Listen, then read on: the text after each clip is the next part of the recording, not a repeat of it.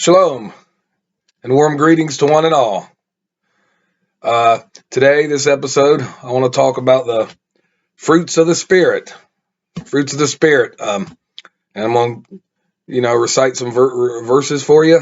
Hey, let's give it a go. Okay. The fruits of the Spirit consist of 9 attributes that are essential to the believer's life. Yeshua Messiah lived and exhibited each one of these fruits, and believers are called to follow in his example. The greatest of the 9 fruits is love, as revealed in the great love chapter, 1 Corinthians chapter 13. Galatians chapter 5, 22 through 23. But the fruit of the Spirit is love, joy, peace, long-suffering, gentleness, goodness, faith, meekness, temperance. Against such there is no law.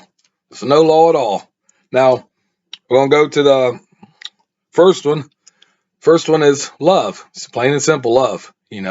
That's a very essential part of this, and right here I'm going to say, thou shalt not avenge nor bear any grudge against the children of thy people, but thou shalt love thy neighbor as thyself. I am Yahweh. That's that's Leviticus chapter 19, verse 18. Another example here. You have heard it has been said, thou shalt love thy neighbor and hate thy enemy. But I say unto you, love your enemies, bless them that curse you, do good to them that hate you, and pray for them which despitefully use you and persecute you. That's Matthew chapter 5, verse 43 through 44. It's very essential, you can't sink down to the level of hating, being like your enemy, hating your enemy. You got to love your enemy. You got to pray for him. You got to have pity for him. Hopefully they change your way. That's all there is to that. We'll go to the other one. This is going to be Matthew 22, verse 36 through 40. Master, which is the greatest commandment of the law? Yeshua said unto him, thou shalt love Yahweh thy Elohim with all your heart, and with all your soul, and with all your mind. This is the first and great commandment. And the second is like unto it, thou shalt love your neighbor as thyself. Of these 2 commandments hang all the law and the prophets. So them are the 2 essential laws, the building blocks of the 10 commandments. All of the 10 commandments. You break one of those, you're either trespassing against your fellow man, or you're sinning against Almighty. Now we're going to go to 1 Corinthians 13:13. And now these 3 remain: faith, hope, and love. But the greatest of these is love. Greatest is love. Not taken away from the other 2, but love is the greatest. Love must be sincere. Hate what is evil. Cling unto what is good. Romans 12:9. Now, we're going to go to the second one. We'll go to joy. We'll go to joy. And everybody loves joy, I love joy. I'm sure you do. Joyful spirit and cheerful.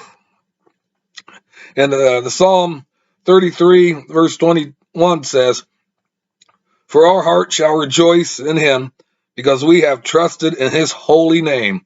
There it is, trusted in his holy name. Psalm 119, 162, I rejoice at thy word as one that findeth great spoil. Great spoil. Okay, Matthew 13, verse 44, again, the kingdom of heaven is like unto a treasure hid in the field, the which when a man hath found, he hideth, and for joy therefore goeth and selleth all that he has, and buyeth that field. Matthew 28, verse 8, and they departed quickly from the tomb with fear and great joy, and did run to bring his disciples word. I'll jump down to Luke chapter 6, verse 22 to 23. Blessed are you when men shall hate you, and when they shall separate you from the company, and shall reproach you, and cast out your name as evil, for the Son of Man's sake. Rejoice ye in the day, and leap for joy, for behold, your reward is great in heaven. For in the like manner did their fathers unto the prophets. Jump over to peace now. Peace is everybody. Everybody strives for peace, but mankind can't find peace. They can't. They don't understand. They want it, but for some reason they just can't do it. Carnal man. They can't find a way to peace. Okay. And have peace one with another. Mark chapter 9, verse 50. But the wisdom that is from above is first pure, then peaceable, gentle, and easy to be entreated, full of mercy and good fruits, without partiality, without hypocrisy. And the fruit of righteousness is sown in peace of them that make peace. That's James chapter 3, verse 17 to 18. And let the peace of Elohim rule in your hearts, to the which also you are called in one body, and be ye thankful. One body, meaning the collective, the assembly, what you guys would call the church. Long-suffering. And the patient in the spirit is better than the proud in spirit. Ecclesiastes 7, verse 8. Knowing this, that the trying of your faith worketh of patience. James chapter 1, verse 3. So patience is also a vital key, vital key. So if you exercise patience and don't jump the gun and, like just say open your mouth without thinking about it or anything, you gotta have patience. It's probably real in this world. It's real hard to, maintain, preserve. But anyways, we'll go to Hebrews chapter 10, verse 36. For you have need of patience, that after you have done the will of Elohim, you might receive the promise. James chapter 5, 7 to 8. Be patient, therefore, brethren, unto the coming of the master. Behold, the husbandman waiteth for the precious fruit of the earth, and hath long patience for it until he receive the early and latter rain. Be you also patient, establish your hearts, for the coming of the master draweth near. So the master his time's coming near. He's going to be back. He's going to be back sooner than a lot of people think, and unexpected, like a thief in the night. Now we'll go to gentleness. And the servant of the master must not strive, but be gentle unto all men, apt to teach, patience. 2 Timothy chapter 2, verse 12. Okay, we'll go to Titus chapter 3, 1 through 2. Put them in mind to be subject to principalities and powers, to obey magistrates, to be ready for every good work, to speak evil of no man, to be no brawlers, but gentle, showing all meekness unto man. James chapter 3, verse 17. But the wisdom that is from above is first pure, then peaceable, gentle, and easy to be entreated, full of mercy and good fruits, without partiality and without hypocrisy. Oh, excuse me. Okay, now we'll go to goodness. Be not overcome with evil, but overcome evil with good. Romans 12, verse 21. You don't repay evil for evil. You combat it with the powers of good. And I myself also am persuaded of you, my brethren, that you also are full of goodness, filled with all knowledge, able also to admonish one another. It's Romans chapter 15, verse 14. But I say unto you, love your enemies, bless them that curse you, do good unto them that hate you, and pray for them which despitefully use you and persecute you. Matthew 5 verse 44. What the scriptures are telling us, you don't fight evil with evil. You don't stoop down to that level. You pray for them. I know it's real hard to do. It's real hard to, if somebody wrongs you, it's real hard for you to, pray for them and, hope that they see their way, but that's what the scriptures recommends and almost demands, and, when you have the Holy Spirit in you, and it guides you and teaches you and comforts you, it'll lead you in the right direction. Okay. Now we'll go to faith. Faith is a special key in this. Behold, his soul which is lifted up is not upright in him, but the just shall live by his faith. Habakkuk 2:4. But wilt thou know, O vain man, that faith without works is dead? James 2 verse 20. Faith without works is dead.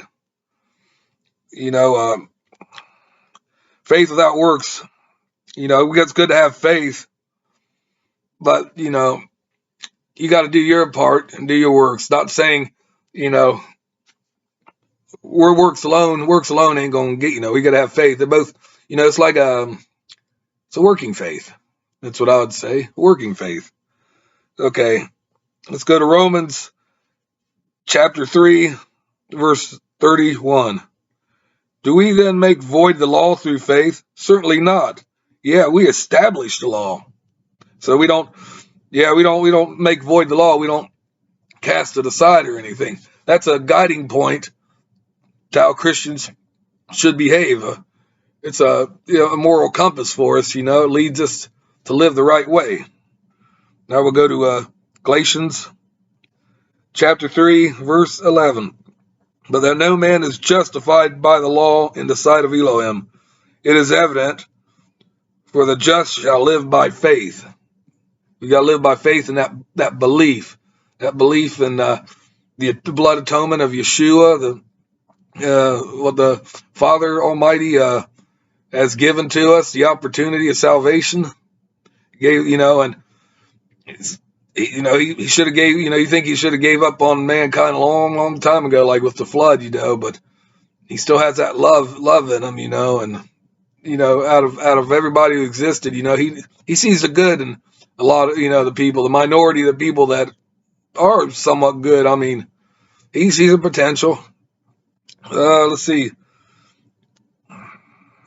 We go to Romans 16, verse 26.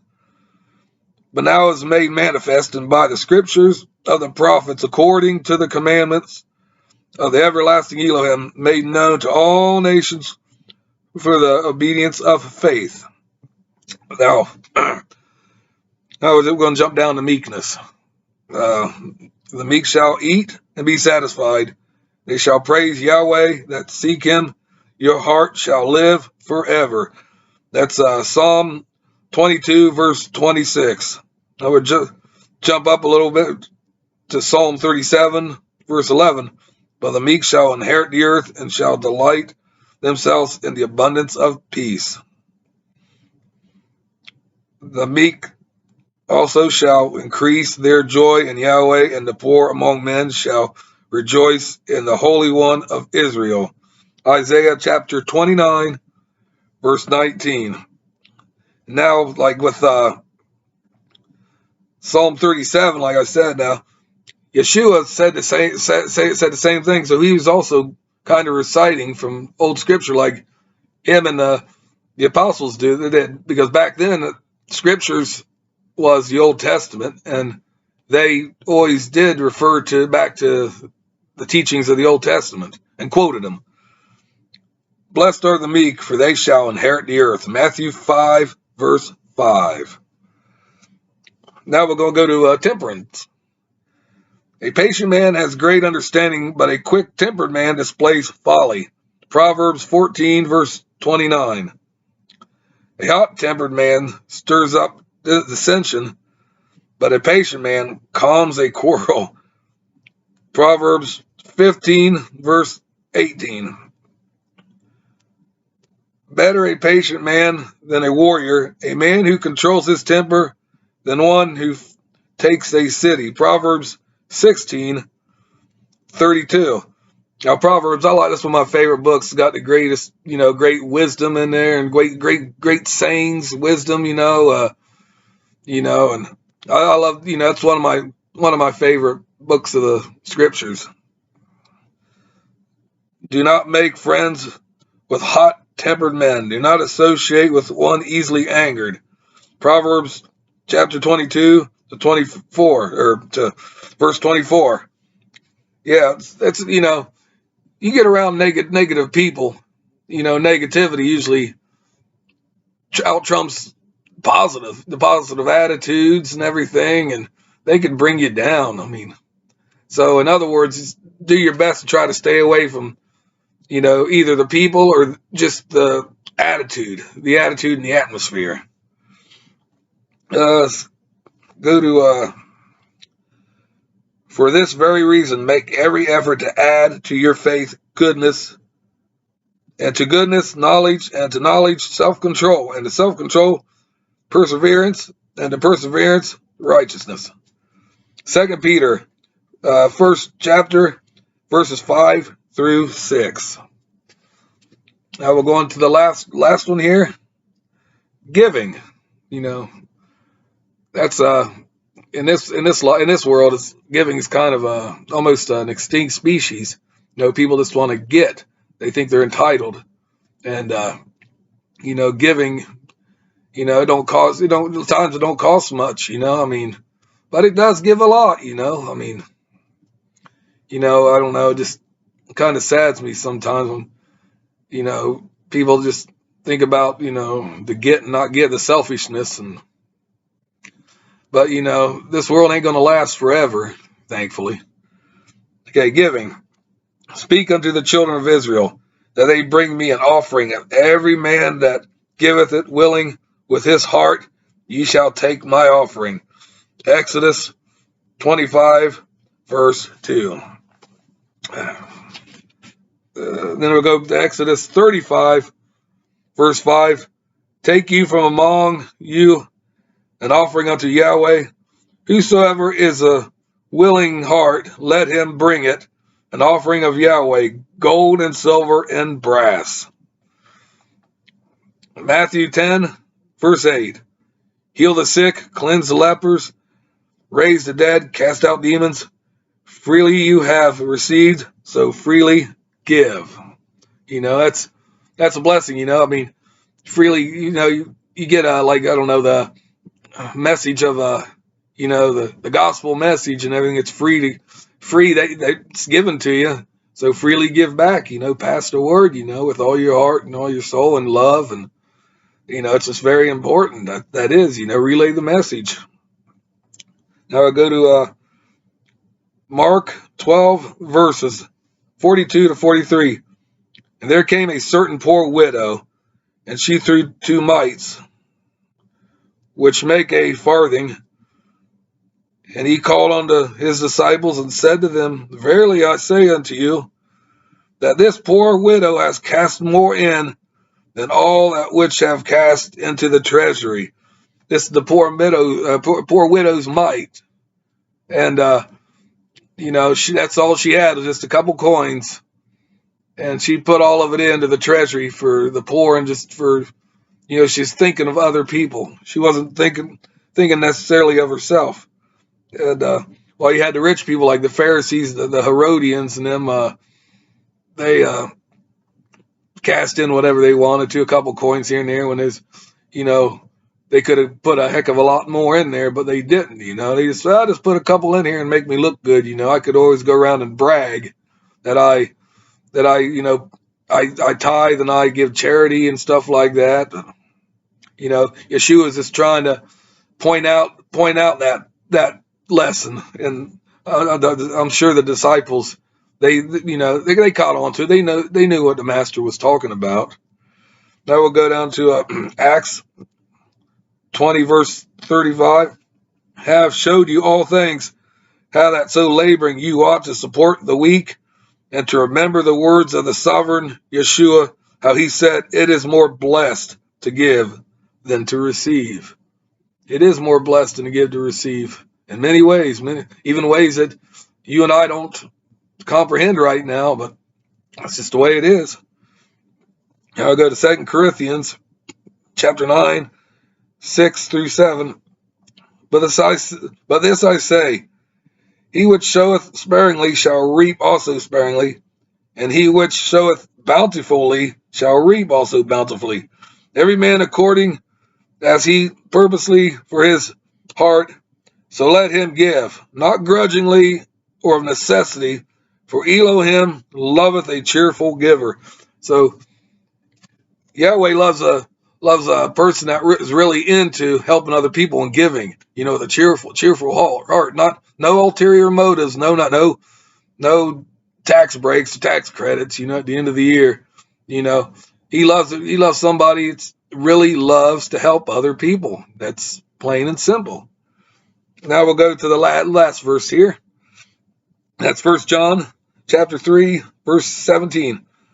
But whosoever hath the world's goods and sees his brother have need, and shutteth up his bowels of compassion from him, how dwelleth the love of Elohim in him?